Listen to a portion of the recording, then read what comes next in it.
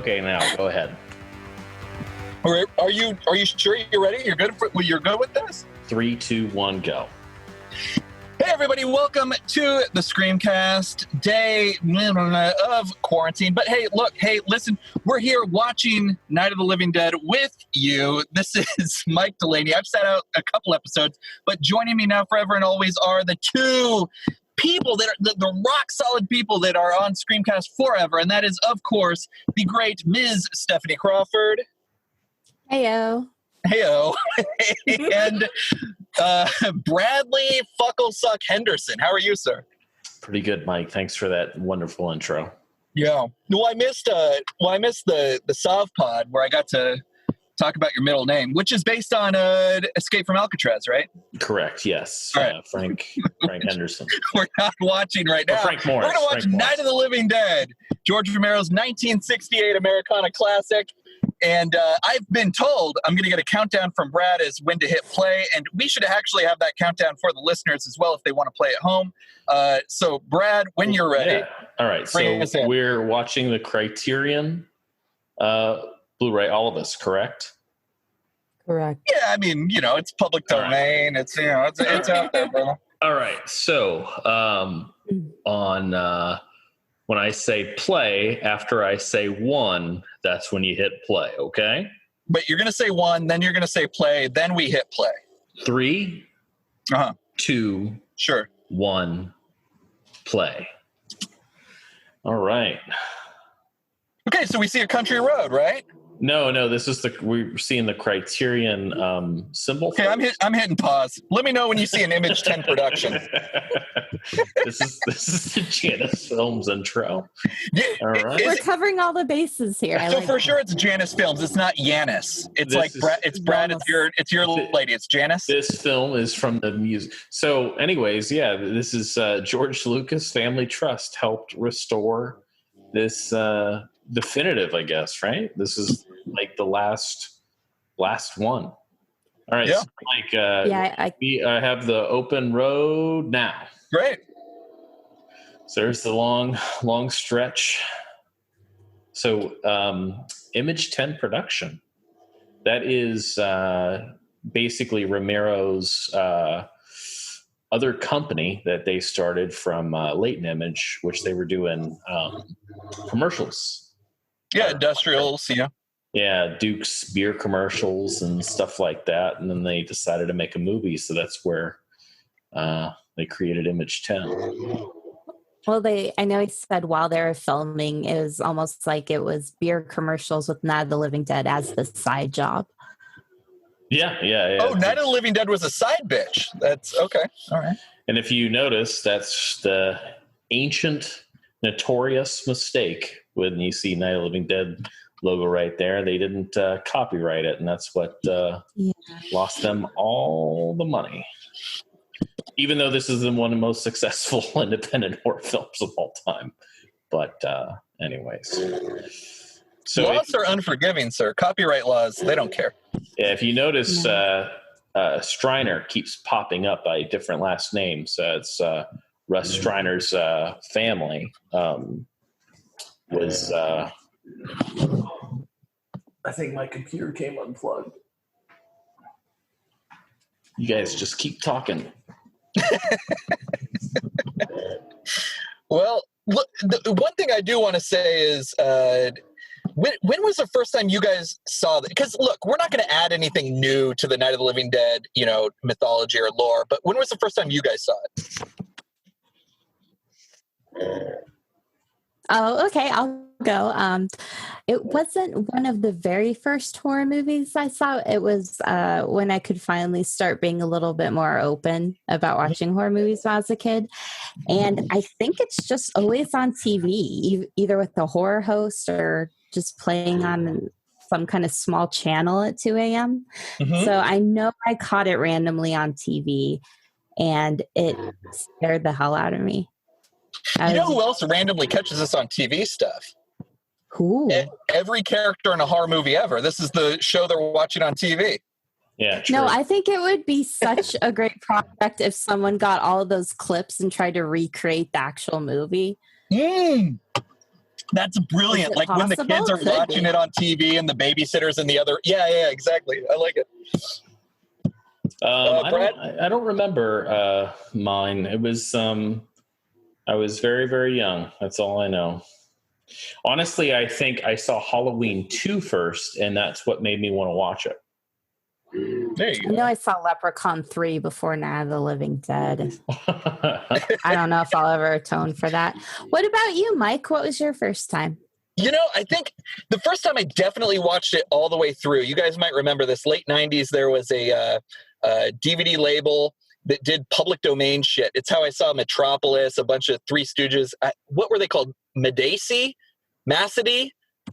Anyway, they would make these DVDs. They'd put them in these shitty yellow cases and just throw them in a bin at like Comp USA or something when DVD first came out. And I was like, I've seen Night of the Living Dead. And then I bought it for like $1.99 or whatever in '98. And then no, I had not. I thought I had seen it, but I'd seen, like you guys said, like TV edits or whatever. But yeah, then I see it for sure. So we're in the cemetery now. Probably one of the most iconic horror scenes of all time, if I'm not speaking out of school here. No. And that's, of course, what I was going to say before my computer just decided to die, was you see the name Striner pop up a lot. And that's Russ Striner, that plays the brother. And he was actually a producer on the picture. And, his whole family basically helped out making this movie. And the car that they drive is actually his mother's car. They borrowed it for the film, which there's a little fun story when Barbara tries to run. This is also the last scene of this is the last scene they filmed for the movie. But, what I find most interesting about Night of the Living Dead is that it really is a true story of a ragtag team of misfits making a movie. None of these people were, other than theater, of course, none of them were in feature films. Everybody that's on screen had multiple, like kind of a coat rack. Everybody did multiple jobs. Like I said, Russ Striner, he produced. He actually helped sound mixing. They didn't have enough money for. So the story is that Russ Striner here, he challenged the head mixer, the guy that owned the studio, to a game of chess. And if they won, the mixing people would do it for free. And if they won, the mixing team, they had to pay double. So actually, so Striner's a bit of a chess prodigy? I guess so, but he won, and they got the sound mixed for free. And he got to say one of the most iconic movie lines of all time. Mm. Yeah. Now, I don't, again, with the speaking out of school, this might be a better question for Steph to lead off, but in my opinion, there's maybe to this point, there's like 3 big waves of horror filmmaking, but I would say that this is the second wave of like big American horror filmmaking. We have, of course, internationally, we have the silence in the 20s and 30s with like the German expression and whatnot. But then we have Universal, right? And the Universal monsters in the 30s, and that kind of brought us through the 50s and whatnot. But this is the first, this is, in my opinion, like the big second wave of horror filmmaking when George Romero introduces the idea of this cannibalistic zombie, this slow-moving Americana beast. Where are you guys with where this sits within the horror film legacy? I'll let Steph go first. Oh, okay. I think I pretty much agree with the second wave thing. I think when you do get those touchstone films, you can't plan for it. And this was perfect because they were trying to get non-horror movies made. They couldn't get funding for that. And as many filmmakers know, it's a lot easier to kind of raise money and get interest in a horror film as your first. So that worked out for them. And like Brad was saying, they were like living in the farmhouse when they were filming. They'd like bathe in the nearby creek. They're just these kids trying to finally make a feature movie, and they just happen to be insanely talented. And this came out at the exact right time in America. It just had that kind of magic of both talent and timing, which is so rare. And yeah, I think you're right. It was just the right movie at the right time. And the rest is history. Because we've had smaller movements before, like within horror filmmaking, you know, with like Val Lewton, you know, from the studio, or like Roger Corman. But this was, in my opinion, this is the one that really took the independence and the horror and like, well, what you both are saying with like this kind of idea of what we know independent filmmaking that we might attribute to like 80s or Jim Jarmusch or something, but no, it was happening in the 60s. So back real quick on track, they added this scene to where they slam into the car, because that dent that happened the day before. Russ Striner's mother was in a small fender bender, and the car got hit. So for continuity purposes, they made a wreck to kind of fit in. That was an accident, actually. That's ingenuity. Yeah. It's just crazy. I mean, they made things work that, you know, by what they were given. And even if it's a mistake or something on purpose, they really, really did such a phenomenal job. And what I also just perfect, it's a beautiful shot, a DIY of filmmaking right here. Like I said, just so much effort and heart put into it, and just a very much a family affair too. You know, and it's not like a whole entire crew hiring actors. The actors were the crew were the actors type thing. It's just just an amazing piece of cinema that revolutionized filmmaking, revolutionized horror, and also had a huge political statement at the same time. There's really just so much going on for this film. I mean, even though I agree with Steph, it hit it at the right time. There's just way too much perfectness to this whole entire project. So another thing is how they got that shadow creepy light throughout the film is they just had, I believe it was a sheet, and they would cut out random holes in the sheet and hold it in front of the lights. So that way it gave this really odd, weird vibe of shadow play for the film, which I think really, really works. Definitely. It just That's gives some us Pittsburgh ingenuity right there. It just gives really, really super duper creepy vibe. And also, we didn't talk about Bill Heinzman, that the first zombie that we see, the or ghoul, I guess you should say, since they never say zombie in the film. But no, they never say zombie, and they sort of invent the idea, right, Brad, that zombies, quote unquote zombies, are cannibalistic. Yeah. This is, other than kind of the voodoo zombies, this is the very first cannibalistic zombie movie ever, to my knowledge. Yeah, Romero always thought of. Sorry, go ahead.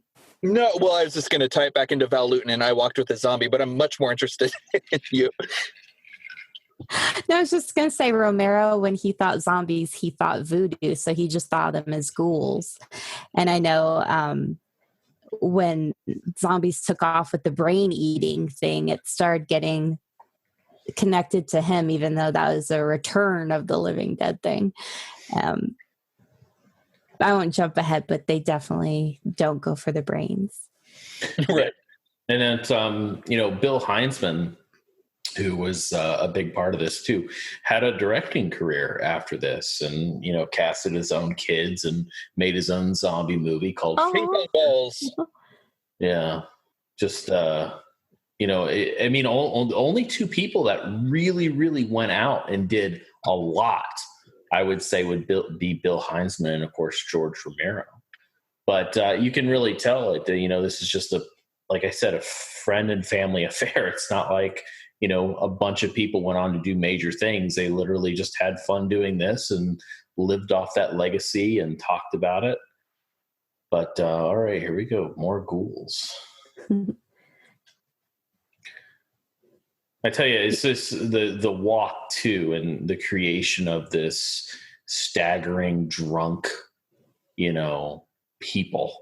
I this of course created the slow moving zombie, which is great. No, you're right. We take it for granted now, but I feel like if you're sitting at the drive-in back then, it'd be like, that is so strange. Yeah, some good makeup. Right, like the first time you see it, you're like, well, of course these motherfuckers can get out of the way. And then you're presented with all these limitations of why they cannot. Oh, we have our hero. Here comes our hero. A black man saving the day, which is amazing. It's just another thing that, so originally this is a truck driver was, this just this kind of tough guy truck driver was originally that plays, Dwayne Jones play. It was Ben, right? I always forget the name for a second. Mm-hmm. And they met Dwayne Jones and they casted him, but they never actually wrote in he was black. So it just goes into something where it's just, they just wanted him to portray, and he actually did a lot of improv. Apparently he did a lot of theater, and he was a classically trained actor, and he brought a lot to the table for this picture, and he hated violence and he hated horror, but George Romero definitely knew how to bring out the best in people and make it an iconic, very, very iconic role, which I say that and it's just again with the first 4 Romero zombie films. You really do have black actors in the lead. Even in Land of the Dead, you have the black zombie, which is Big Daddy, who kind of, you root for the zombies in that one for the most part. But yeah, John in Day of the Dead and not Roger. What's Ken Foree's character in Dawn of the Dead? Oh yeah, no, I don't. Yeah, no, I can't remember it right now. But anyways, yeah, it's just it really is something having obviously a black man. It's not even even blaxploitation or anything like that. It's literally just doing something that's basically unheard of. I mean, I guess the only thing we really had beforehand was Guess Who's Coming to Dinner, but that was even a racial standpoint in that film with Sidney Poitier. With this we have Dwayne Jones. Yeah, but the idea behind that was to make it a racial statement, right? Yeah, there's no mention that he's black in this movie. There's absolutely zero content to anything that he's a black guy, which is also just really, especially this time 1968, not mentioning anything. I think it's just a really cool and neat thing.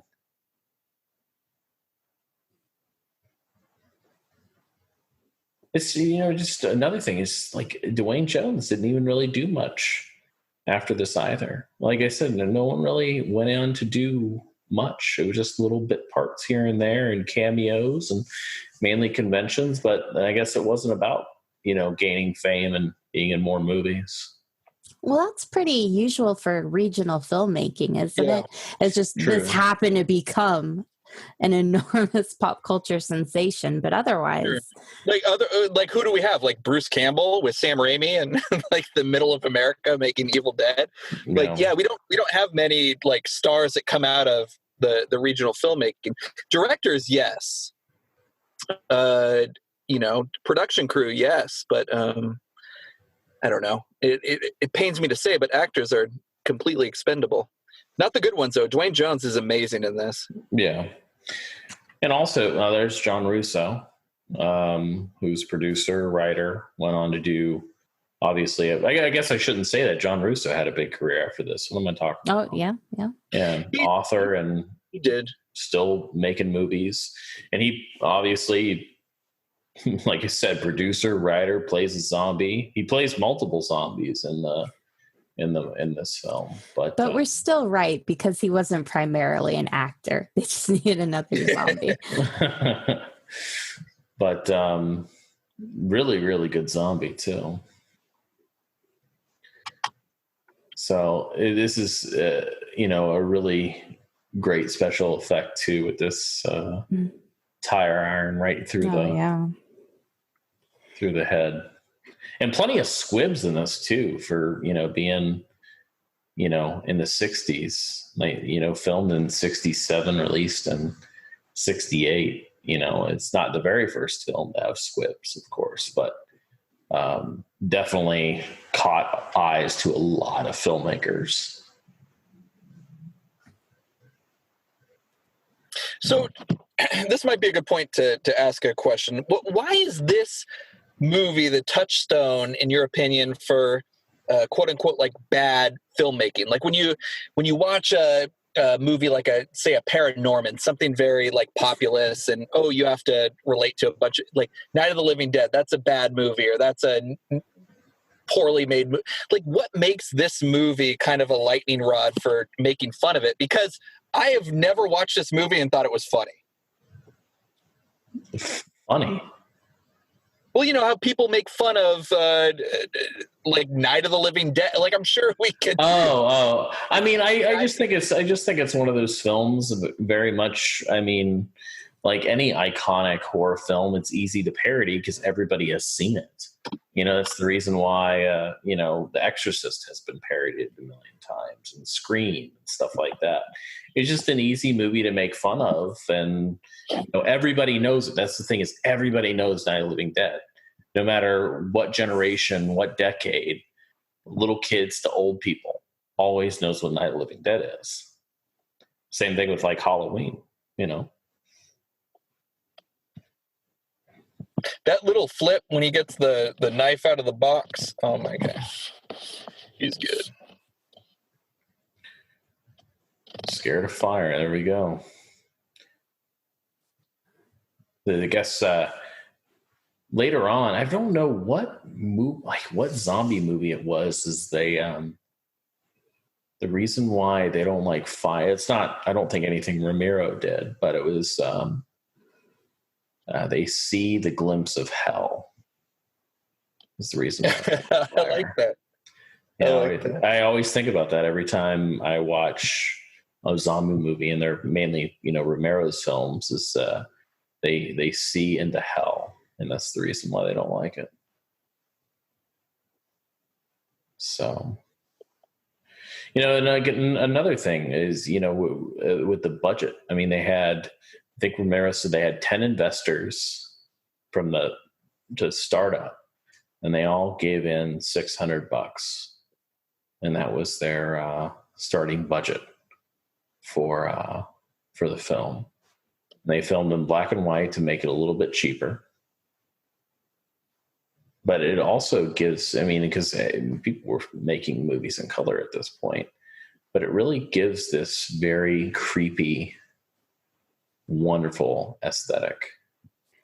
I still haven't seen the colorized version. I don't think I ever will. It's terrifying. Well, it's all digitally done. It looks like it's all really weird pastel bullshit. Uh-huh. It's really, really bad. I mean, it's not that hand aesthetic like George Malay's or whatever, but Legend, I think I will push back a little bit that I think Legend films, in their colorization, they do a good job, but you're right. It still has that pastel shit. Like when we used to see things in school, like from World War II that was colorized, and we're like, people don't look like that. But I think that Legend films does do a good work. I will give them that. I'll push back. It's just so perfect in black and white. And I think a big part of what's so compelling about this movie still is it's beautifully shot. Like it's just constantly changing angles. There's new shots all the time. but it feels natural. But it's always changing. On most low budget horror movies at the time, it'd just be a static camera, like, like a play. And then they did it handheld on the outside, so they couldn't have the sound, but they could get those like angled handheld shots with the ghouls, with the zombies. And it's something I think is very easy for people to take for granted. But if you look, this is such a kinetic movie. Oh, for sure. And I mean, making a movie in black and white in 68, that's like releasing a video game on a cartridge in the late 90s when, audiences are like, oh, we want CD. And it's like, but it won't give you anything different, Yeah. But no, I'm with you 100%. Did they shoot, do either of you know if they shot this on like ends, like 16 millimeter ends from latent image, or how did they get the film stock for that $6,000 price tag? I mean, it was everything from their studio. Mm-hmm. Was doing the commercials. And I mean, even, they were doing Mr. Rogers, this, not the actual show, but like, no, they're fucking Fred Rogers. They, when I know one of them in particular is Mr. Rogers goes for like a surgery, and they filmed the surgery portion of him in the doctor's office. I remember that. Late in So like, no, I mean, they had everything that they needed as far as equipment and lights and cameras. So they lucked out in that part. It wasn't just, hey guys, sitting around drinking some beer, let's make a movie. They were just doing that at the studio, and then was like, oh, let's make a movie. It's also a good time to plug, if you do have the Criterion Blu-ray, check out some of the clips from Latent Image, because Brad just said the Fred Rogers thing, but you could see parts of their commercials and other regional stuff they did too. Yeah, it's pretty fun. So we already talked about how they bought this farmhouse, right? That it was going to be torn down, and yep. Well, famously, George Romero tells the farmhouse owners, they're like, well, we're just going to tear it down. And George Romero says, we can do that for you. Yeah. I mean, they're going to wreck it anyway. So just, I'm telling you, this movie was supposed to exist. Everything except the copyright thing, everything kind of landed perfectly. But maybe the copyright thing is perfect too, though, Steph, because it becomes kind of like a gift to the world, right? Yeah, like it sucks that they got screwed over, but it definitely helped with the spread of the film, for sure. True. Yeah. Yeah, and originally it had really bad reviews, but it did very well. And it wasn't actually until, so the film, I believe, is released in October of 68. And critics kind of shit on it. But it did well. But it wasn't actually until I want to say the next year, or maybe it was 71. No, say the next year. Say the next year. What is it? You just want me to say 69. Nice. I think it was maybe, I want to honestly say maybe it was a couple years later, like 71 or 72. They did another run of it. And it ran with something else. I think it was Slaves, because back then, I mean, a lot of these, movies, they wouldn't just play by themselves. They were double bills. So, from, the middle 60s until like the 70s, even into like the late 80s, depending on what town you were in, or early 80s, I should say. So everything was double bills. You would go see two movies for the price of one. And this was, I think, paired up with Slaves, and it got re-released through, what is the name? Walter Reed is actually the distributor of it. Walter Reed Distribution. They ran it again, and then that's when the critics picked up on it, because the audiences already were going crazy for it. And that's when Roger Ebert actually, I believe, he rewrote his review and basically called himself out that he was wrong. When he reviewed it again a few years later. And the cool thing about this too is that, this comes at a time where we had radioactive monsters, creature features, gothic horror tales. We didn't have zombies. So it was No. completely new. I mean, we were used to these, giant bug movies in the 60s. And it was very normal for parents to drop off kids at the theater, to go see a double bill, to, have a date night or whatever. But little did they know that they're going to be watching fucking Night of the Living Dead in the 68 and scared the shit out of kids, because this is unlike anything around that time. I mean, this is truly horrifying. I equate Night of the Living Dead to the kind of the same thing that Texas Chainsaw Massacre did, where it feels real. There's this aesthetic in the film that it just pulls you in. And that's the scary part. Not the jump scares or anything like that. It's the realism. And, the realism with these people too. There isn't some overall big plot of something unfolding. There is, of course, we hear it in the radio with the satellite and everything. Or is it a satellite? I always forget what the fuck caused this. But it doesn't. That's the thing. Pretty vague. It doesn't matter. It's literally just these people that get in a situation that have to survive and get out. So there is this big overall story. And the movie dares to be vulnerable, which is why I think it's so effective. Because like you're saying, the atomic monster movies, when you see that, these two, they'd already be kind of pushed into a romance, no matter how long they knew each other, what was going on in the world.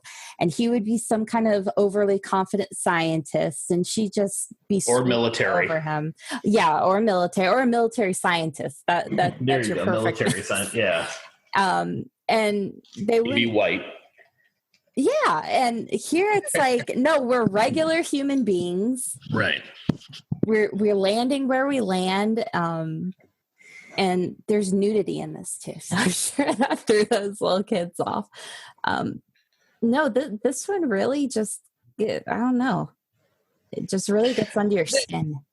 It does. And I think there's a weird connection here. And I think you guys are helping me put this together, because I didn't know how to kind of navigate this train of thought. But so a zombie movie is completely new at this time. We're essentially saying that George America Romero, that's what the A stands for, America. George America Romero invented this notion of the zombie that we know today. Okay, zombie, whatever, voodoo, Val Lewton, whatever.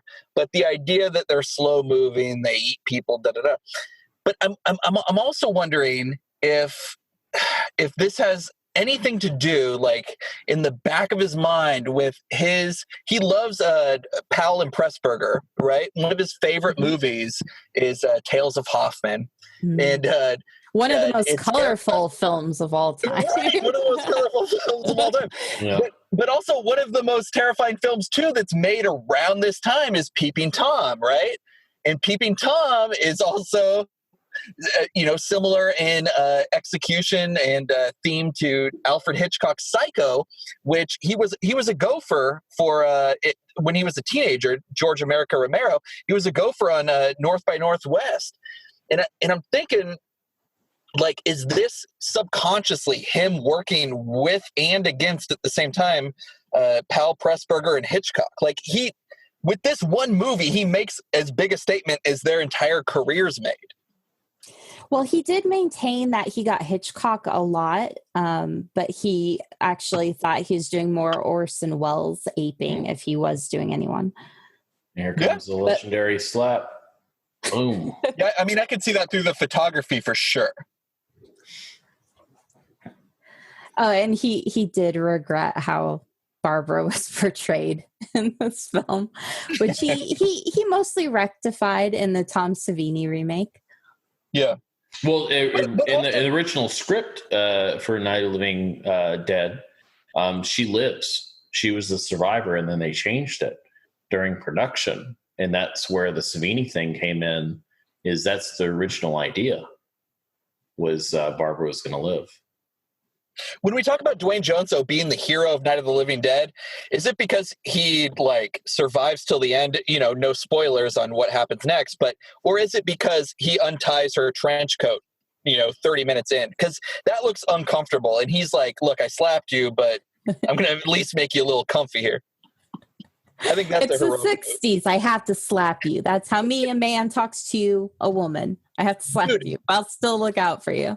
When a lady's hyster gets inflamed, you do slap her, though, for sure. Oh, we get hysterical for sure. Well, your hyster gets inflamed. You got to stop it. So, speaking of the ending, when they were shopping this around, that was the one thing that they wanted them to change.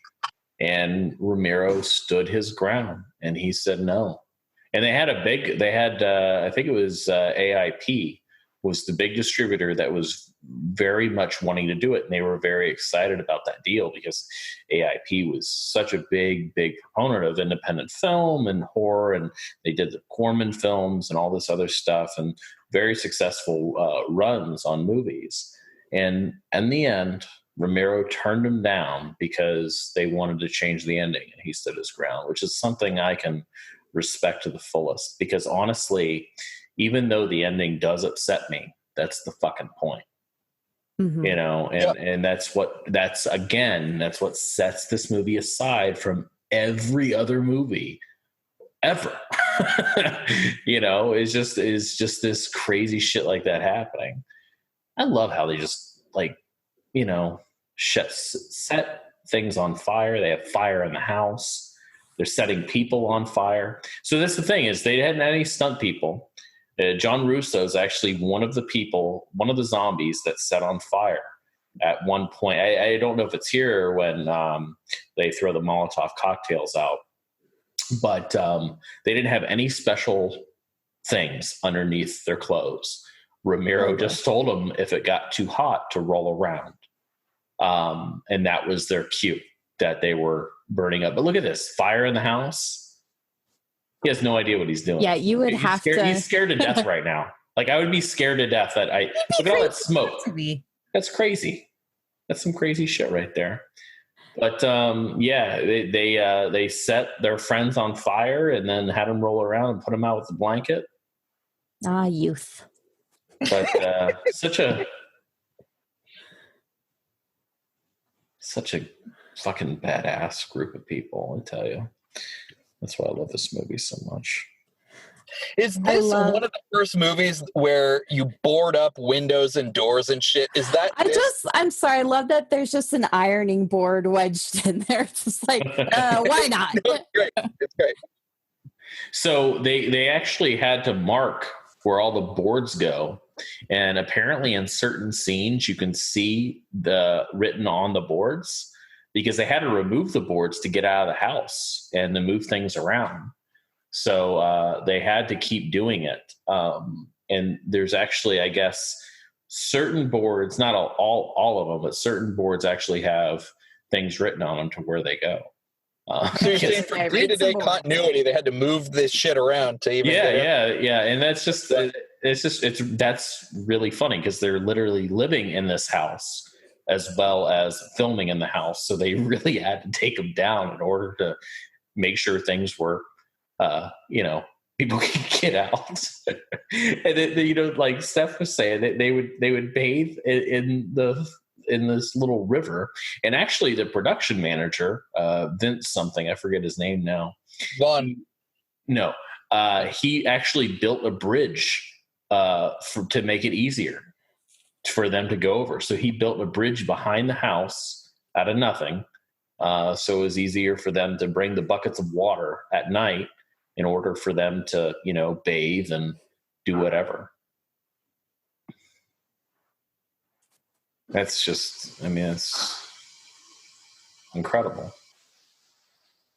I remember hearing a story about Marilyn Eastman because she did, she's, is it Hopper's wife? Was it Hooper? Gary Hooper? Is it, what's his name? Dressed up like $1 million trooper. Oh, in the movie? Cooper. Yeah. So, Marilyn Eastman, who plays the wife, she actually did the basically dressings of everybody. And I remember she was very nervous because she didn't know how many outfits to buy for each person because they didn't know how dirty they would get, obviously, and they didn't have they weren't going to clean them for continuity purposes. So apparently they did it with two sets of clothes for everybody.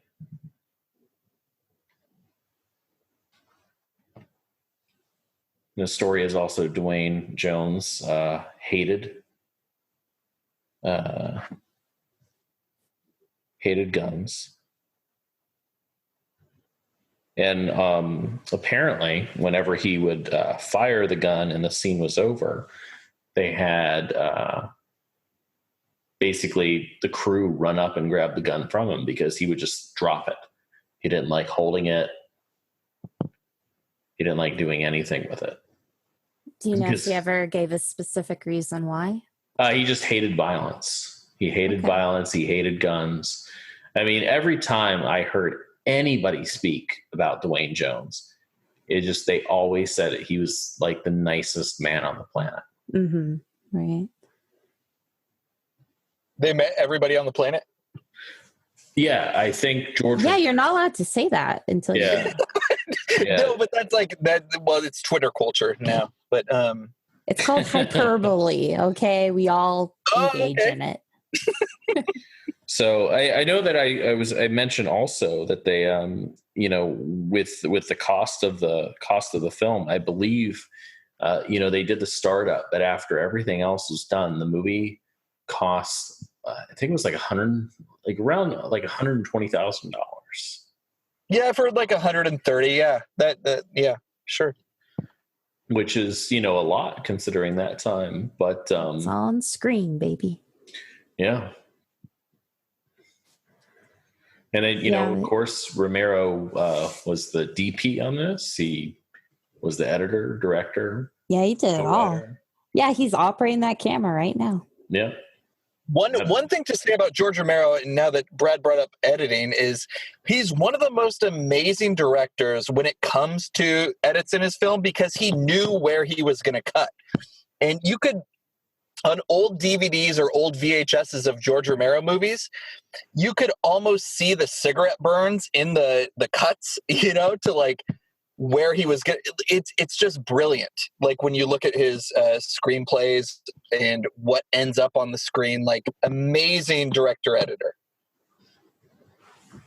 So he's like the kind of director who already mostly edited the movie before he even gets in the room. After it's shot. Yeah, and I mean, he's not shooting shit that he doesn't need, like working with a director that like is also editing or also doing photography, like was mentioned, like they know what they need and they're not going to go like outside of that. They're not going to question themselves. They're like, I'm not going to fucking put these people through it. And I mean, the editing in this movie is amazing, but I think, in my opinion, the best way to watch George Romero's editing and the way he shoots for edits, out of the four primary movies, I would look at Day of the Dead. Day of the Dead, I think, is like the touchstone of his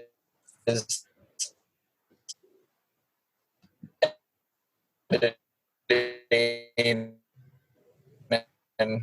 the work he was doing around that. Well, here we go. We have it's a Harry Cooper. That was like Carl Hardman. He was a makeup artist, producer, actor. Again, did a lot.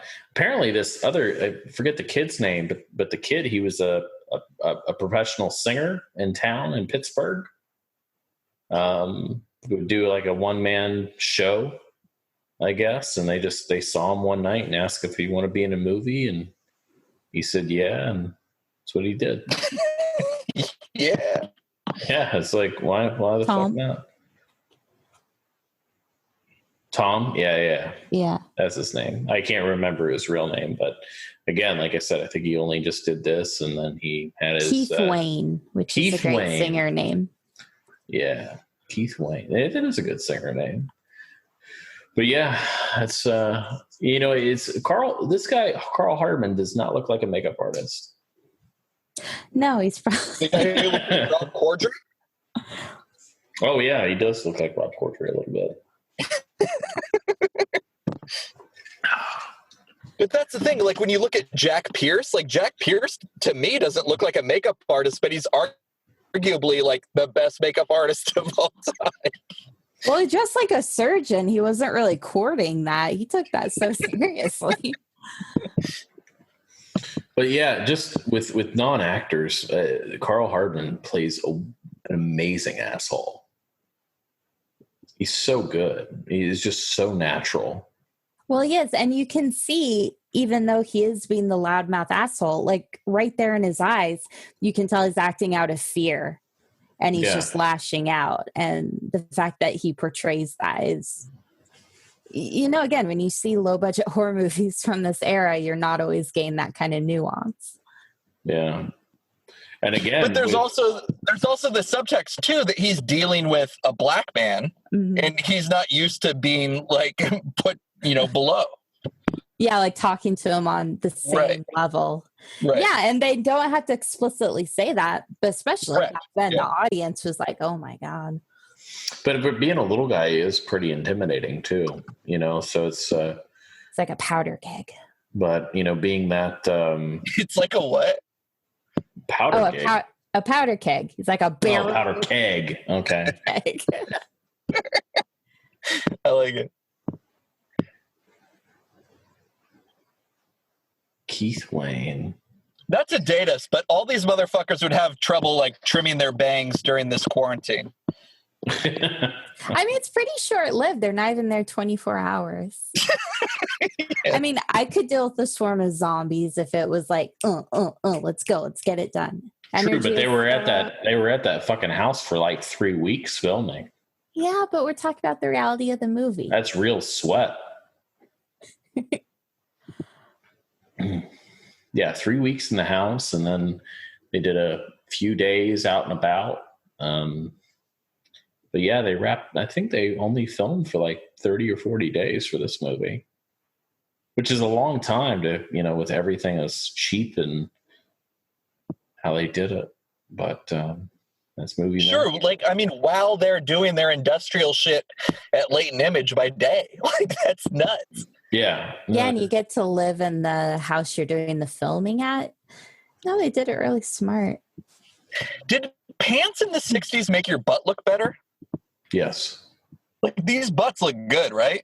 Very good butts. All right, good. All right. Keith Wayne is a guy that you would not want to fight. Just saying. Yeah, but based on his butt, I mean, like you might want to do another F thing, but. We're gonna get the squibs here in a second. Blow out the guy's back. This is George Romero actually did that hand. Yeah, the one that grabs the stock of the nice. Yeah, the one he chops up. It's I think it was like jelly and like clay. Looks terrible, but works. There's a squib. That doesn't count. Well, yeah, famously they'd have to come up with a bunch of shit for the screen to look like either human flesh or blood or da-da-da. And famously they came up with ham and fudge, right, for the flesh and the blood. And they said they didn't need to do much makeup after that because people would just be squeamish around the smell of the chocolate and the ham. Well, some of it's real intestines. They had real intestines. They had a butcher, a friend, and he would bring, you know, the leftovers and shit like that. Oh, there's the butt. There's the butt. You know, we have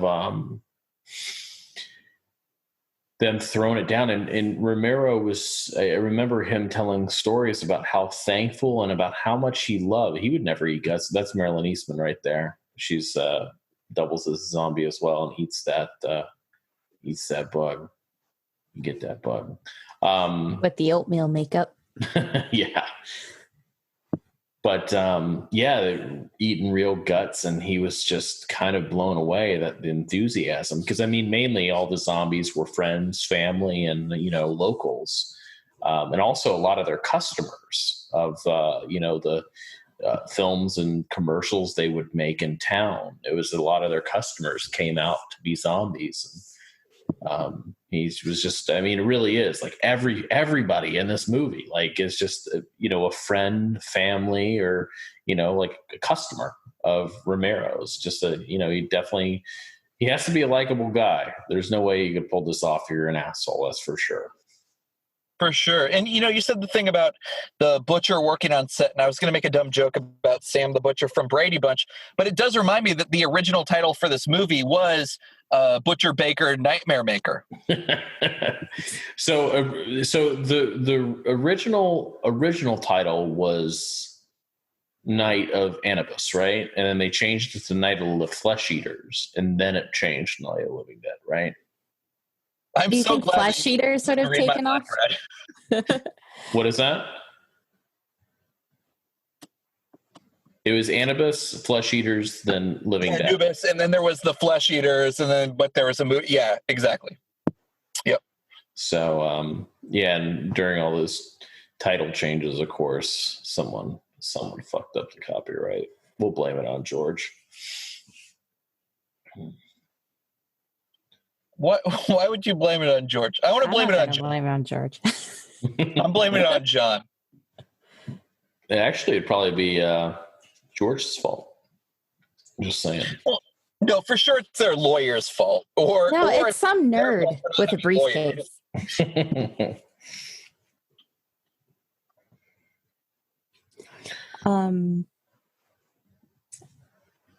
Yes, Steph. I'm trying to remember her name. Is it Judy? Yes. She always kind of reminded me of a really young Karen Black a little bit. Yeah. She worked with Romero first in his first feature. What was that? There's Always Vanilla? Yeah, Always Vanilla. There you go. Marilyn Eastman, who did acting, makeup, and costumes. Still alive today. Wow. That's great hair. Yeah. Well, everybody's pretty much dead. I think Barbara's alive. You're bringing me down. I know. Come on, man. Marilyn Eastman, and then Kyra, the little girl that's laying there. But and of course, this is a different set. The basement didn't exist in the farmhouse. So they cut a hole in the wall, made a makeshift door for the cellar. But this is, I think, at their studio that they filmed this. This is the downstairs or something, if I remember correctly. But yeah, I mean, you could definitely build this space in a studio. So, I mean, yeah. Marilyn Eastman's good too. For a bunch of non-actors, these people are very good actors. That's the other thing I love about it. It's like typically when you do that, you have your friends. There's always those one or two people that just kind of bomb. Just you cast them because you're buddies. But I mean, these people were all professionals in different ways, and it's just a great thing. You got to meet Marilyn Eastman last year. How was that? She was very, very sweet. Very, very, very put together and still sharp. Does she still have a bunch of hair? Yeah. She's got a bunch of hair. It's white, but she got a bunch of hair. But yeah, she's like 92 or something now, or something crazy. So, yeah, sadly, a lot of these people passed in the late 80s and late 90s. So John Russo still alive. He still writes books. No, he's on the festival. Well, he does festival circuit stuff, but he also does like mostly convention stuff. Yeah.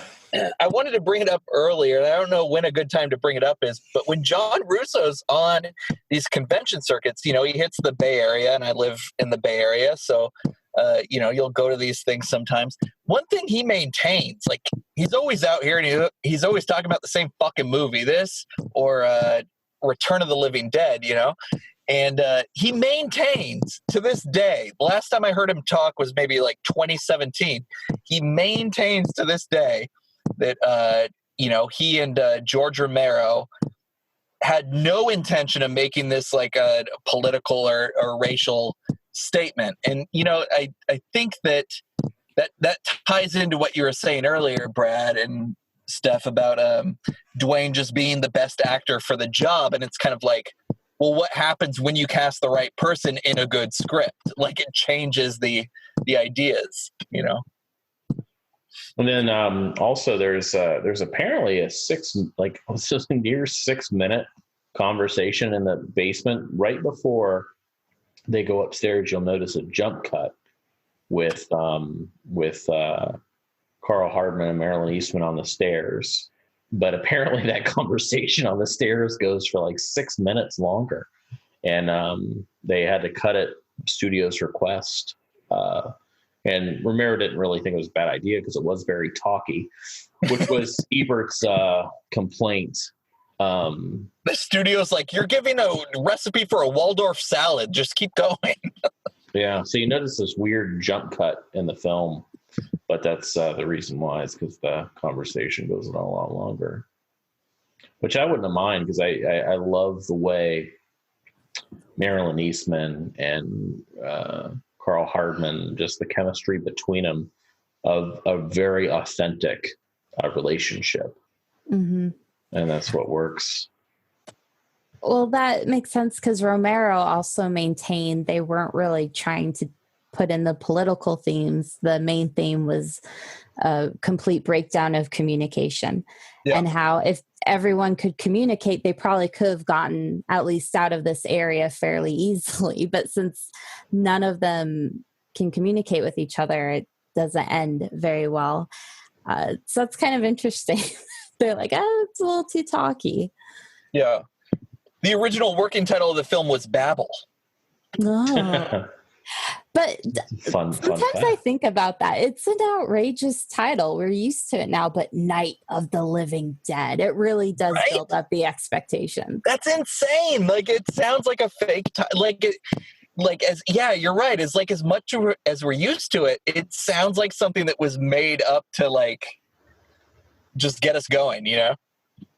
Yeah. And then you see it, it's like, oh, look at these brilliant actors. This is beautifully shot. Right. This is genuinely creepy.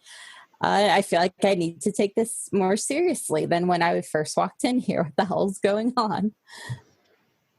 That's the trick, though, Steph. You lower the bar, and that's what I've done professionally my entire life. I'm like, if I make people think I'm an idiot asshole, and then I do a thing that good, they'll love it. And I think Night of the Living Dead is maybe the movie version of that.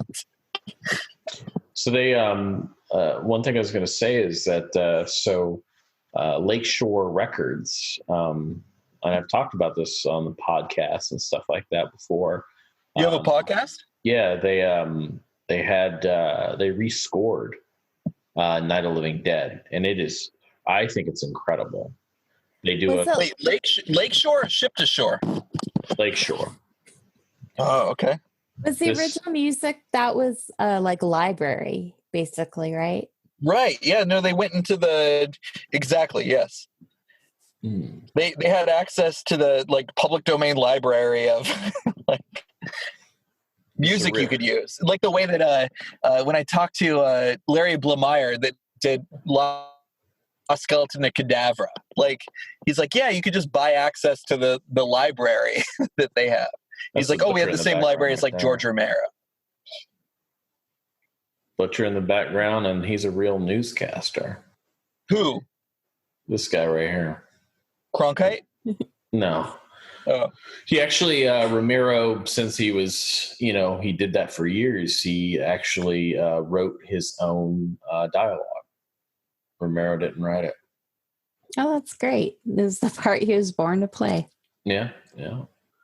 And the guy walking around, he's the guy that supplied all the meat. I think that would be the extent of acting I could probably pull off realistically in a movie. Just the background guy going,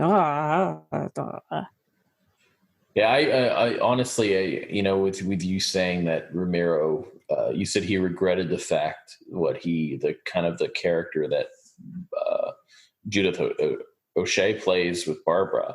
I really do love the remake of Night of the Living Dead first of all, but it also really works Cool. with Barbara Let's get into that. being a badass. Mm-hmm. I do like that a lot more. So these are actual real towns and real hospitals listed.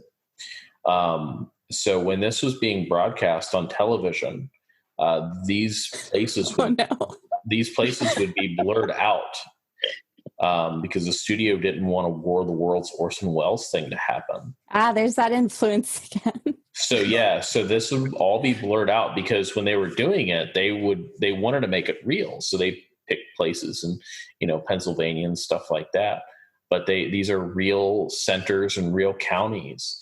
When the film played for the first few years on television, they would blur out the places just because they didn't want that to happen. Right, and then it comes to the shot of the black guy, and they're like, "Oh, it can't be real. He's the star of the thing." Damn, Mike. Yeah, I went hard. Sorry. But now it's like George Romero Hospital, John Carpenter Way. Yeah, that's what these new. That yet. That's what these new filmmakers. So that's what they would do. Oh, let's name all the characters after directors. Cronenberg Elementary. Brad, do you love that when they do that in horror movies? When they name the characters fucking George hate and it. David and there's George Romero to the left with the microphone. George Romero's on the left. Apparently they took a trip to the city, filmed this. Weird.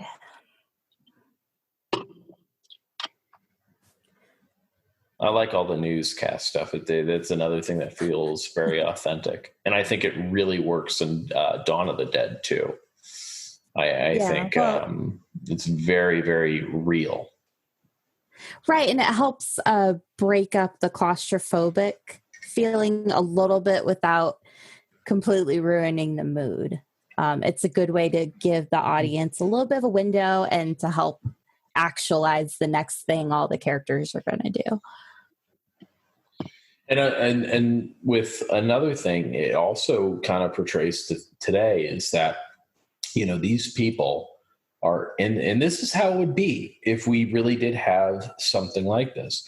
We have these people in a farmhouse fighting for their life, but we have people in like Washington, D.C., just on the streets talking and interviewing, just like in Dawn of the Dead, where we have people at a mall trying to fight for their life, but these other people, it hasn't hit there yet. And it's very much kind of like what we're going on with today with this whole quarantine and virus. We saw people in pain and suffering, but we were just living life like nothing. And today I learned that there's still 8 states in the United States that have no like shelter in place. And I'm like, the fuck is happening in North Dakota or whatever, where they don't think this is a real thing? Well, here's the thing is I don't think North Dakota is real because I've never met anybody from it. I've been to North Dakota and I love Fargo, so I have to disagree with you on both things. Oh, shit. That Fargo clause will always get you. Always get you. Always get you. Marilyn Eastman is really beautiful, by the way. Mm-hmm. Yeah, she's great. It's kind of like the simmering woman who settled and it's ruined her life. She's just done. This is the last straw. I bet she was packed to leave Harry, and then all this happened. She's like, Jesus Christ. She should have been in every fucking like gothic vampire tale. Ooh, yeah. She does have kind of a Barbara Steele kind of vibe about her. Gloria, what's her name from Dracula's Daughter kind of vibe going on too. Esteban. That's not right.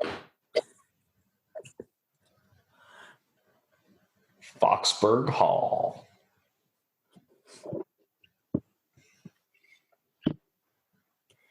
Man, they sure let nerds do the news back then, didn't they?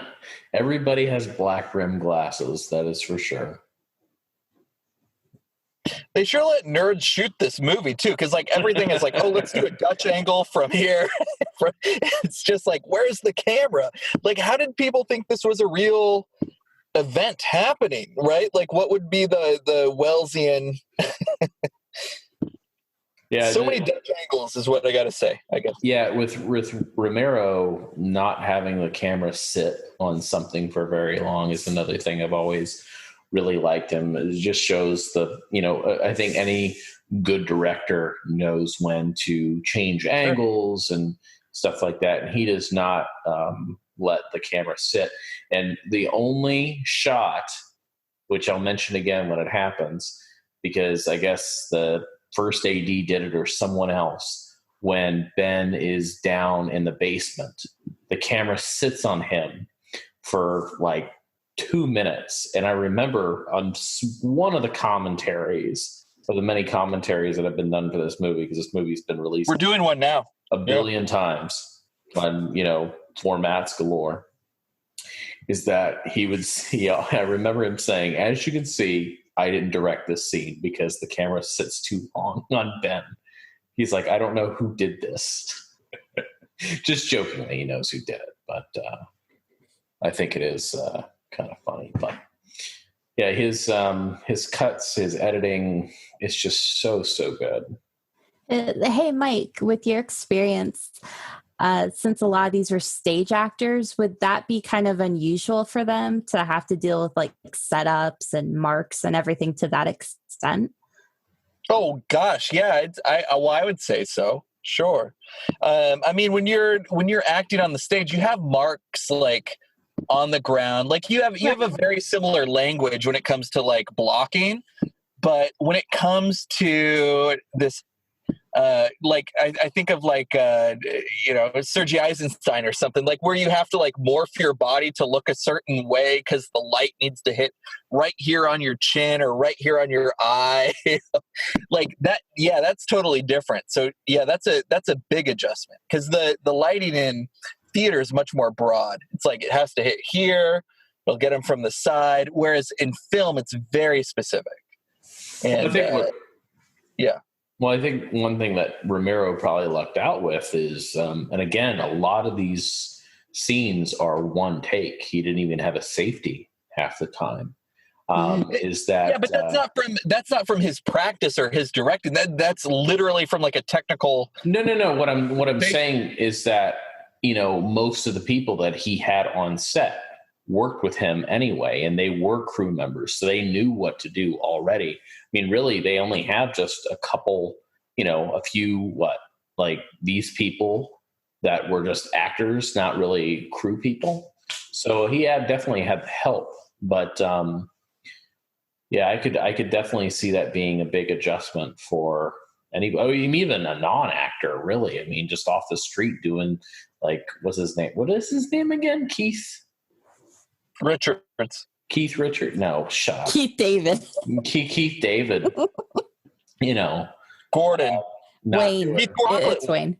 Wayne Newton right here doing Keith Wayne Newton. Acting. The Jake Gyllenhaal guy? Yeah. And I do love all the small exposition with everybody too. It doesn't really go into much detail, but there's just enough to really care about most people. Yeah, like now if either of them happen to explode, who can say? Let's just say someone explodes. Like I actually care about them now. I can see them as real people. There's definitely a feeling throughout this film of we're all in this together. And I think that's because of the behind the scenes. That's very much how it was. Mm-hmm. And I think it really just kind of makes its way into the atmosphere of the film. Yeah, it definitely reflects off that a lot. Camaraderie. So you guys are saying this is a good movie. The movie I'm watching is good. That's what you're saying? Yeah. And honestly, it's one of these movies that I've seen so many times and I never ever get tired of it. It's got a perfect running time. It's always eventful. I always see something new that I didn't catch before, whether it's a mistake or a technical thing or just a shot. There's always just something new, and it just always feels fresh to me. But again, it's one of those movies that there's very few movies like this. That's the thing.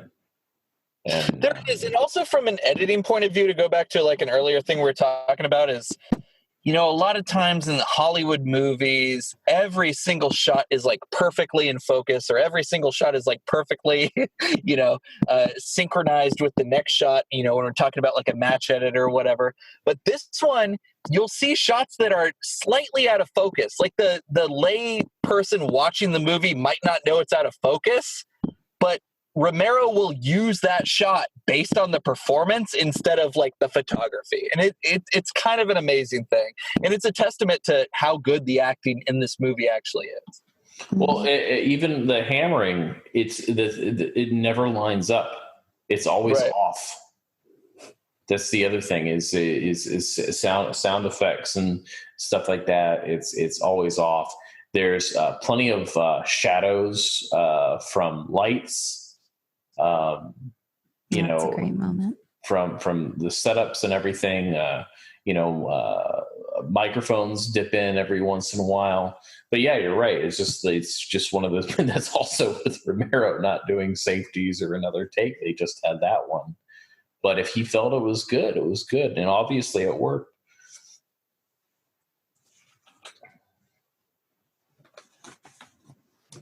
So we have Karen Black and Jake Gyllenhaal. What? Oh my God! No, it's a story for another time. Let's keep going. There we go. Boom. This is where one of the zombies catch on fire, right? Can I ask a dumb question that's slightly related? Yeah, sure. I literally don't know the answer. That's John Russo there. What's the Molotov part of Molotov cocktail? Why is the first part called Molotov? Maybe because it somehow connects to Russian stuff. Like maybe Russians were doing it because they didn't have grenades, so it was makeshift grenades. Wait, so is there like a country or a city called Molotov? No, it could have been a drink or something. Why don't you look it up? You have Google. Google it. Yeah, you guys are smarter than me. Here, you look it up. You look it up while Steph and I talk. All right, keep talking. Go. Molotov. So they always say it was a person. Molotov was a person. Molotov's a person. Oh, thank you, Stephanie. Bradley, listen, this is how you interact. Like even how Dwayne Jones holds the gun, you can tell how uncomfortable he is. He doesn't even hold it like you would hold a rifle.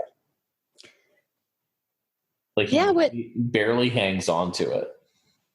Which is great because, again, you don't have this perfect action hero showing up and fixing everything. It's a capable guy. He's in good shape. He's smart, but, they've never dealt with anything like this before. You'd be a little bit like, okay. Yeah, true. We don't know his history. But, that's another thing is that in these movies, you always have, people get guns together and then they know how to shoot for some reason and they can shoot perfectly. That's why even Dawn of the Dead, they can't do it. Flyboy never hits a shot. He almost shoots everybody else but the zombies. They even have that gun store in the mall. Yeah, and then but they practice. They practice in Dawn of the Dead to make for their accuracy. It's always made me so nervous. So this is just my curiosity. Brad, how many times have you bought this movie on physical media? Oh, my God. So my very first time buying Night of the Living Dead was a Blockbuster exclusive. So Blockbuster would release films every once in a while. This whole scene with the fire makes me incredibly nervous.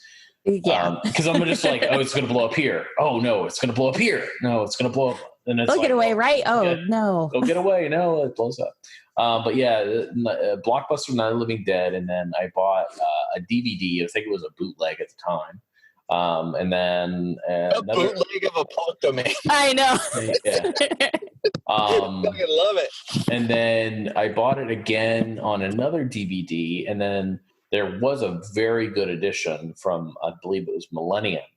put out a DVD. I still have that. I can't Yeah, quite part with it. Millennium Elite is amazing. Yeah, the animator so series. sad. Yeah. Yeah, and then it had Night of Living Bread on it, which is the parody of this, and I bought that, and then I bought the colorized version on DVD when that came out, and then I bought Legend Films one with the riff tracks commentary. Yeah, my mom had she bought the laser disc. Oh. So we had a laser disc of this too, and that was like in the probably like how many times do you have to flip Night of the Living Dead? And then I bought a Japanese Blu-ray because that was the best transfer at the time. And then the Criterion. Wow. So quite a few, about as many times as T2. Similar with you, Mike? Well, I got the, I'd seen it a bit on TV, and then I bought the, like I said, that $2.99 like Medici or Macity or whatever it is. And then, then for me, there was the Millennium Elite, that same line that did Reanimator. They had that brilliant Reanimator double disc that was like the standard DVD forever. Like that in Brazil were like the best DVDs ever made for me. And then after the Millennium one for Night of the Living Dead, there was like Brad said, there was the Legend Films one where Mike Nelson does the commentary. And I did think that the colorization was nice. I didn't like it for the movie, but I thought like technically the job they did was good. And I don't know. You get Night of the Living Dead. Oh no, there was another one when I worked at Best Buy that the Weinsteins put out through what it must have been when Zack Snyder's Dawn of the Dead # Snyder Cut came out. They must have released it again, and I think I had that. And then you know what, they did release it on a double pack. They what? They did release it like on a double pack or something.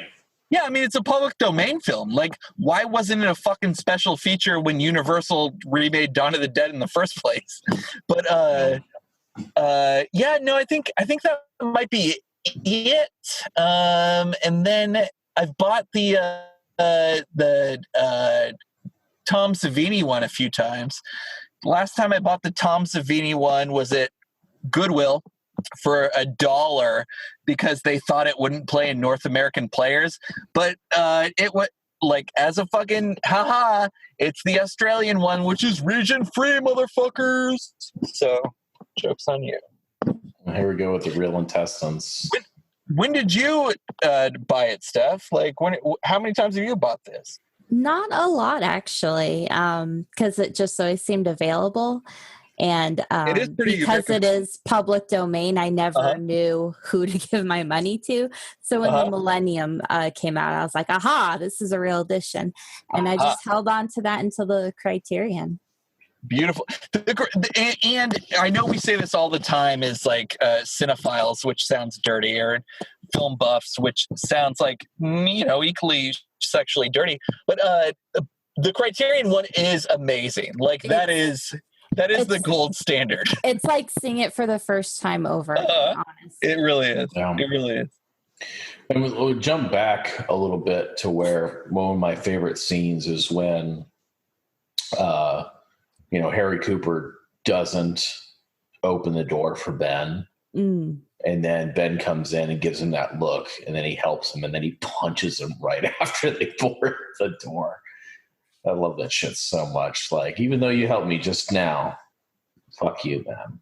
It's like, sure, zombies, but then you have to deal with this asshole. There's no rest.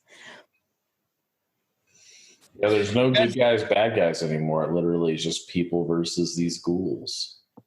I do like how they show everyone being exhausted, too. It's a small thing, but I think it really helps. It was like with her hair now, it's like, out of place. It really does. They're all worn down. Her wig is always a mess. looks crooked half the time. Barbara's wig, I mean. Okay, calm down, Brad. What is a wig? Just to let you know. That's a wig.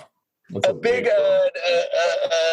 big myth in the 90s was that Barbara was played by Marilyn Manson. Not true. We do know that now. Oh, she also had her ribs removed, right? And then She had her ribs removed. She was on so Wonder she Years. could She played Paul. touch her knees. Yeah, exactly. Yeah. On Wonder Years.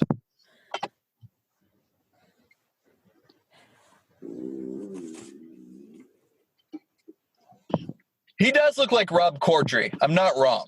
No, you're not. Okay. Well, you guys kind of make me feel crazy sometimes. Does it help to blame us? No, I'm just saying how you make me feel. Look, my feelings are not the same as like reality. Like I'm just putting my feelings out there. Well, you're right. So are we all fans of the remake? Yes, I love the remake. Let's do that. Thank you, Steph. Remake is, in my opinion, amazing. Not just from the standpoint of the filmmakers, but also from the standpoint of why it exists in the first place. I think it's an amazing, like, legal reason why they did that. Get them that money. And then, get them that money. Well, also you have... I don't know. Do we want to talk too much about George and John and the war between the living deads in the 80s? Or like, no, I don't know. I mean, I think a better route, not so much, but I think a better route to go is that, the reason why the remake works to this is that we have, Tom Savini, who directed it, who started out very young working with Romero and, Dawn of the Dead and Day of the Dead. It just made sense for him to do it. And it kept it in the family. And that's one of the reasons why he paid respect to using that original script idea. There's so many factors that go in for it to staying true. It's perfect it's the perfect remake that I consider is where it stays true to the original source material, but adds enough to be different. I don't know how to frame this question, and I hope you guys can look through it and like find an answer or a solution. But like, what ultimately was the outcome of the John George like return versus remake of Night like legal battle? Like, did George really get anything after they tried to reclaim the copyright? Did John really get anything when they established? I don't think so. This is all improv, by the way, between Chili Billy and the sheriff. So they're dead. They're all messed up. Yeah, it's that's all ad lib there, and most of it is. They just let them kind of go themselves.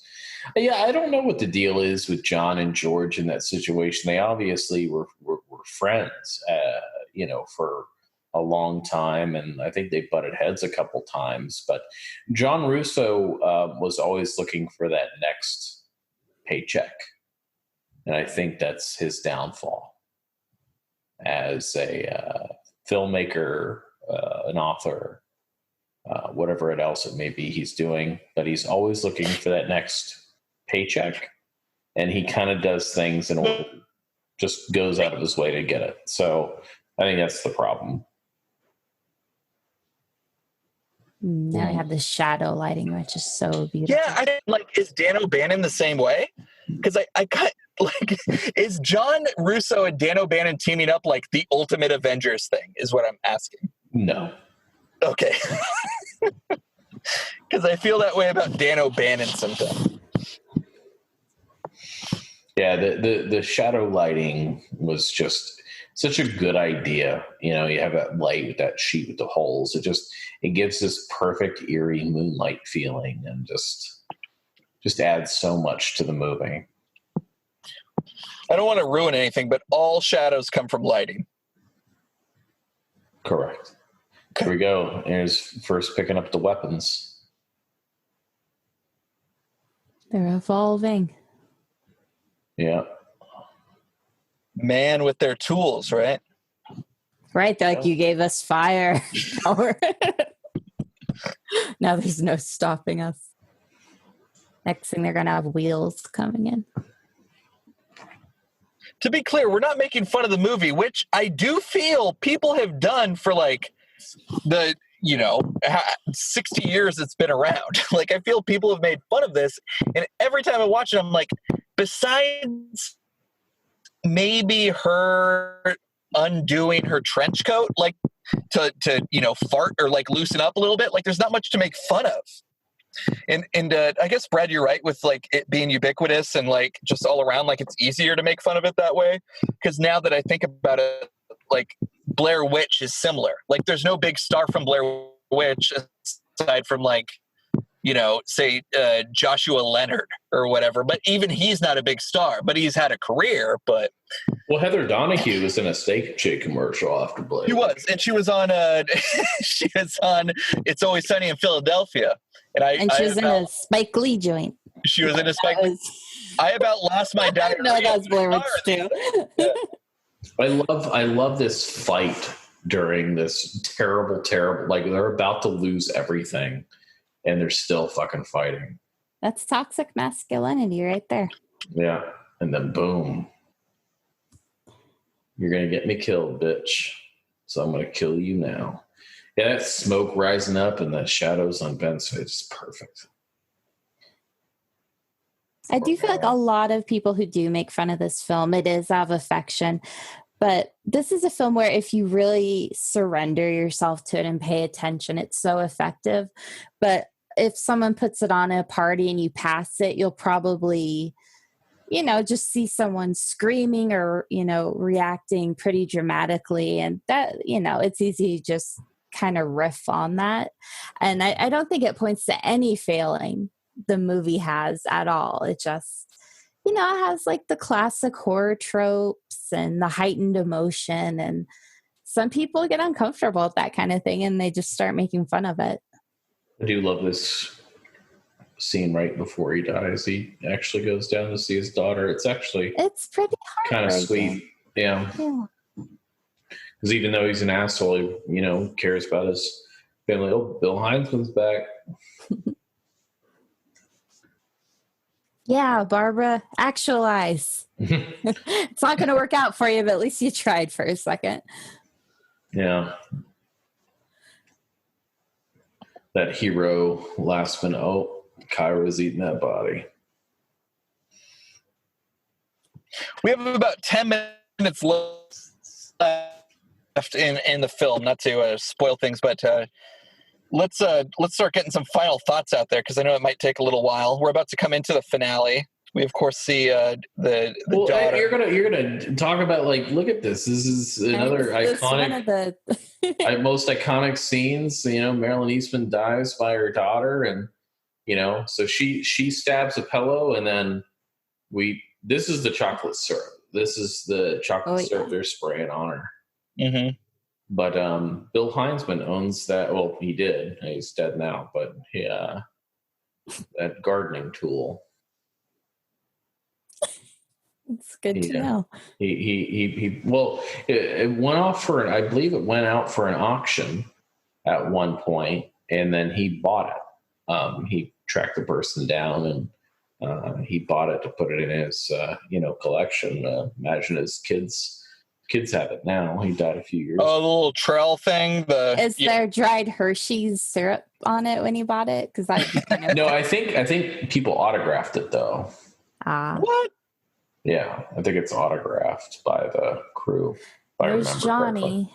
Looking kind of new wave, a little bit gothy. Yeah. Should play like a Johnny. He looks like Gary Newman. He doesn't like the Smiths anymore, even though Morrissey's a dick. He still has the Giallo driving gloves on. It's pretty spooky. I mean, final thoughts. I mean, it's just it's one of the best and most pure American films ever made. But even from a storytelling, like, this is insane that we get Johnny and the original zombie like showing up at this point, final act. Like, they didn't need to do that. Like, we would have bought it anyway, but it was added last second. Yeah, this complete little storytelling package that they have for the Sean Durakers of the planet that are like, what happened to the first person that was there? Like, you know. No, honestly, I have to admit, I think the first time I saw this all the way through, I don't know if I noticed that was Johnny.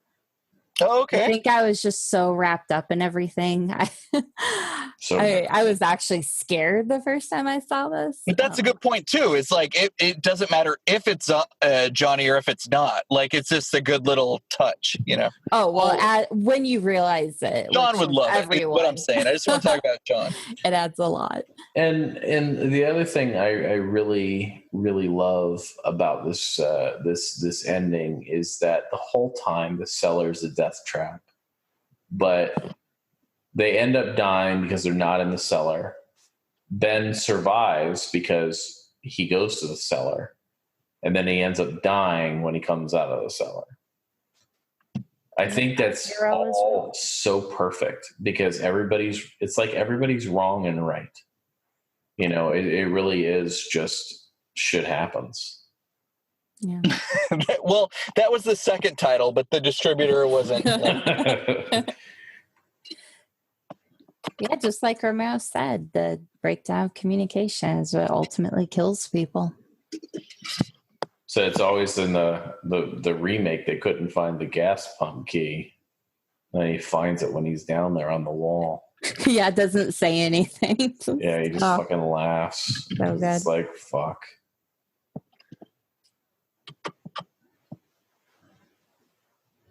That's what he really wanted to do with the gun the entire time. So here we go. This is I believe this is just this shot where it just stays on Ben for a while. He's walking in shadows.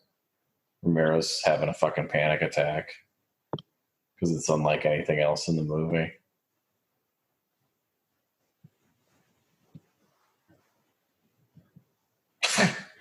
It really, like, the camera moves real quick to try to catch him out of frame there. But, you know, it still works. It's just a little nitpick from a editing standpoint. What is this zombie doing? I've never even noticed that. See, I noticed something. She's banging on the floorboards with the fucking bedpost. Never, or whatever that from the table. Never noticed that before. Yeah. All right, it's daylight. Let's all let our guards down. I'm sure everything will be fine. Well, it's not titular, so it's got to be good, right, Steph? No, a bunch of rednecks have guns. We need to get the fuck out of here. This is worse than the goddamn zombies. What's that brilliant song in Dawn of the Dead? The "I'll Be a Man," the macho like song when they're shooting people in the head in Dawn of the Dead. I'll be a man. I don't know. Fuck. You're talking about like South Park? Now you're a man. No, Brad, don't make fun. You know what I'm talking about. Dawn of the Dead, there's like a country redneck song where they're shooting people, and it's like, you'll be a man. Like, yeah, it's when they're... like Johnny Guitar put it on his compilation that he released on... anyway, I have a CD with it. It's fine. There we go. This is all real police officers. The good old boys. Real ambulance. It's also the cast of Herc Harvey's Carnival of Souls just coming out to help. Yeah, pretty much. Well, let's get all the industrial people. Heavy, all the industrial people, they get together, they have a Slack, and they're like, come help me with a zombie movie. What's a zombie? Well, it's help. It's a good Herc. Union. I'll tell you. His big influences: Carnival of Souls, and also I Am Legend, which is what Romero says that really. I Am Legend, which came out 10 years later. Carnival of Souls, which came out 10 years before. Sure. No. I'm saying the Richard Matheson. Yeah. No, I got you. The novella. Brad, I love you. I'm sorry. You told me on the text not to make fun, and here I am. I apologize. In Steph and Brad's defense, they told me not to say anything stupid, and that's all I've been doing. Sorry. I forgive you. I never said that. No, it's because you don't talk to me anymore.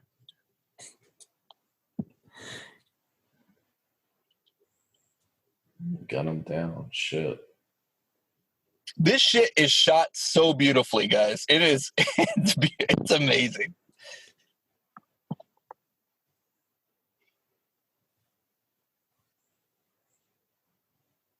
It is really sad, though. I tell you, man. It's just like it's so. I remember watching it for the first time and just thinking, "This is horse shit." But it really does make it stand out and just works on so many levels.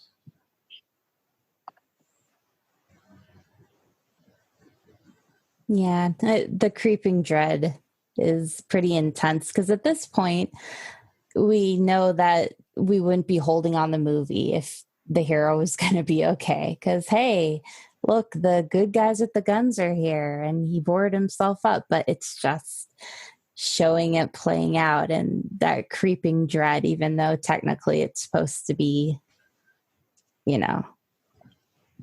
That's a brilliant point. Is this one of the first movies that kind of introduces that idea that, like, why does the narrative continue if the story's been told already, or it like to its completion?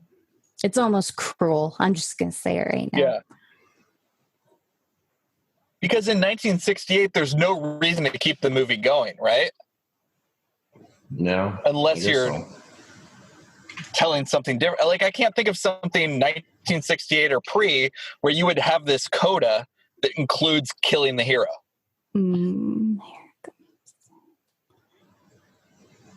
That's between the eyes. Bill Pullman right there. It's the young man with. So it's actually like Robert De Niro meets Bill Pullman. No, for sure. It meets Michael Douglas, meets Kirk. Yeah. And then here we go. No, Robert De Niro. You're totally right. Yeah. That's right. That's the deer hunter. That's the titular deer hunter. Oh, these photos are so effective. Yeah, with the zooms, it's amazing. It's amazing. We didn't. That's Lee Harvey Oswald. We didn't say anything that you probably haven't already thought, or But goddamn, this is a fun movie to watch with your smart friends. So if you get nothing else out of this podcast, watch a good smart movie with your friends, two friends. If you can get to a redhead and like a bald guy, that'd be great. That'd be ideal. Oh, Heinzman's last name is spelled incorrectly. What? Maybe he thought he was playing the ketchup man. Heinzman. That's spelled incorrectly. They got Chili Billy, though. Yeah, at least he used to host a TV program, I think. Wait, are you talking about Bill Chili Billy Cardile? Yeah. Mm-hmm. I usually at this time I think about AC McDonald, but I'm glad you guys are going for Chili Billy.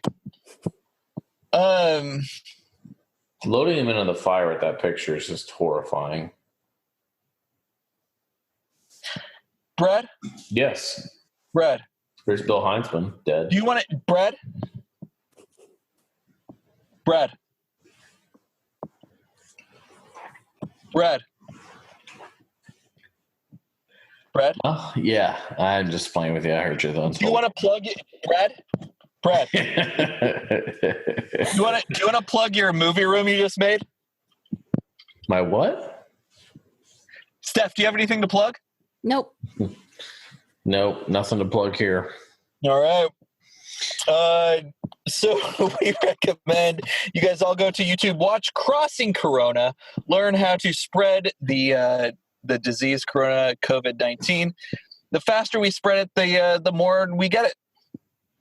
Right? Yeah, it's like zombies. Sure. And that's why tying it into Night of the Living Dead, that's why we did it, right? Yeah. But I hope you enjoyed the commentary, and I hope you guys enjoyed doing it. I'd like to do it again with something else. I miss you guys. But for real, and let's talk for 2 minutes more. I know the movie's over, but Steph, you've been busy. What have you been doing like the last couple weeks? We haven't had Screamcast in I'd say a week or two. So what have you been doing since the last Screamcast? Nothing special. I'm still working full time, so I'm just doing that and writing. You're in the new Fangoria. Yep. My friend Peaches Christ, in your last article in Fangoria, Peaches made sure to reach out to Phil and take pictures. Like, I thought that was amazing. Like, you're in Fangoria. Like, you're as cool to me as Tony in like the late 90s, you know? Like, you're that. Yeah. All right, so go out, buy the new Fangoria. You can't buy it on the shelves. Go to your comic book store, tell them to send it to you, and spend $70 to get the subscription to your house. Brad, what are you up to? You still working for, what are they called? Wild Eyes. You're at Wild Eyes full time now, right, Brad? I'm at Vinegar Syndrome full time. Why don't you text a brother, Bravey? Bravey? Yeah, Bravey. But yeah, I do that full time. I still am friends with Wild Eye, but I do not work there anymore. But yeah, having a blast at Vincent. Watching a Criterion movie as the first podcast commentary.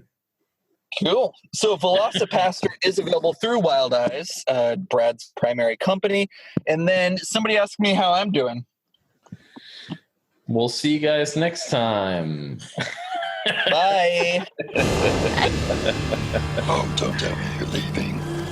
The party's just begun.